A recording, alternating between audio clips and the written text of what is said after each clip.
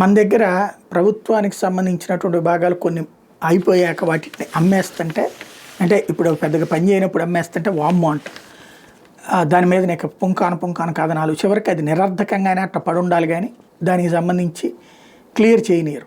అదే అమెరికాలో వచ్చేటప్పుడు ప్రభుత్వం మారితే అక్కడ ఈ పెట్టుబడిదారీ వ్యవస్థ కదా సిస్టమేటిక్గా నడిచిపోతుంది. అమెరికాలో ప్రఖ్యాతిగాంచిన federal bureau of investigation FBI ప్రధాన కార్యాలయ భవనాన్ని ప్రభుత్వం అమ్మకానికే పెట్టేసింది ఏకంగా. దాంతోపాటు ప్రధాన న్యాయశాఖ భవన్ సహా సమాఖ్య ప్రభుత్వానికి చెందిన 443 ఆస్తులను విక్రయిస్తామని వెల్లడించింది.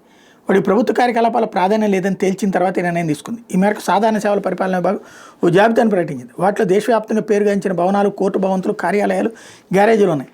వాషింగ్టన్ డీసీలో FBI ప్రధాన కార్యాలయంగా పనిచేస్తున్న J. ఎడ్గార్ హూవర్ బిల్డింగ్, న్యాయశాఖ భవంతి రాబర్ట్ F. కెనడీ, గతంలో ట్రంప్ హోటల్ నిర్వహించిన old post office building, American red cross ప్రధాన కార్యాలయం, కార్మిక శాఖ ప్రధాన కార్యాలయం, గృహపట్టణాభివృద్ధి శాఖ ప్రధాన కార్యాలయం సహా అనేక భవంతులు అమ్మకానికి లేదా మూసేయడానికి నిర్ణయించిన 443 ఆస్తుల జాబితాలు ఉన్నాయి. అంటే అమ్మేసి డబ్బులు చేసుకుంటారు. ఇప్పుడు మనోళ్ళు ఎవరైనా తెలివైన వాళ్ళు ఉంటే అక్కడ వీటిని తీసుకుంటే కనుక అద్దెలకి ఇచ్చుకున్న సంపాదించుకుని బతికేయచ్చు అక్కడ.